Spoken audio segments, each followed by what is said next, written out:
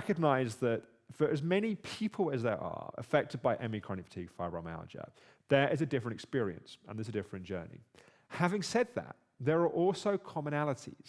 There are also certain threads that you'll find will move through different people's journeys and experiences.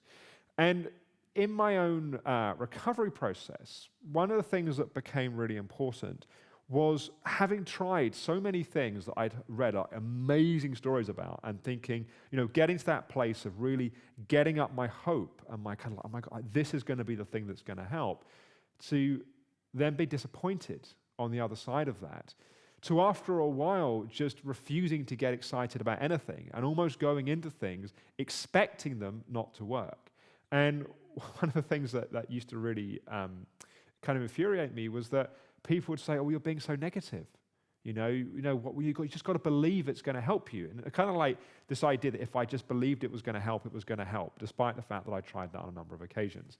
And what I started to try to communicate was that actually investing too much hope in something was often not helpful, because it meant that the collapse and the disappointment, the frustration on the other side was all that much greater. And so I really tried to, over time, come at it more like a scientist and to have a hypothesis and to kind of develop my next kind of idea of what I thought might be going on. And this might be with a particular nutrition program, it might be with a supplement program, it might have been with a certain psychological approach, but it was kind of exploring an idea and then testing it and then getting information. And something either helped or it didn't help.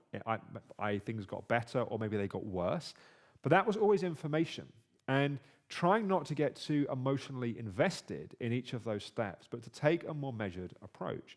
And what I was to realize over time, and I came across this model very briefly whilst I was on my recovery path. It was a number of years later in the evolution of the Optimum Health Clinic that I got a lot more clarity, was a framework developed by Ken Wilber. And this is called the integral approach.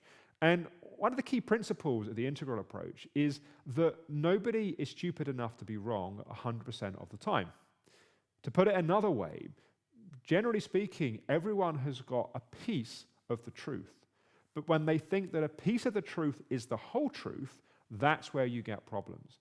And so it's almost a kind of trying to see the partial truths in different perspectives and different approaches, and then trying to build a much bigger map that pulls together those different partial truths.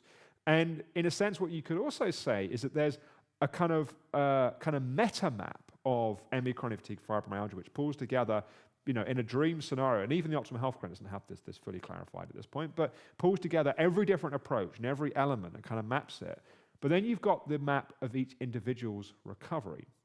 And this is where I would say that over the 12, 13 years that the Optimum Health Clinic's now been going, having worked with literally thousands and thousands of patients in 35, 40 countries around the world, is we've got a lot better. We haven't got perfect, we've got a lot better at trying to map where somebody is on their recovery path. So things like different stages of recovery and different things, different approaches are helpful at different stages. And in fact, certain things can be incredibly helpful at one stage and actually harmful at another stage.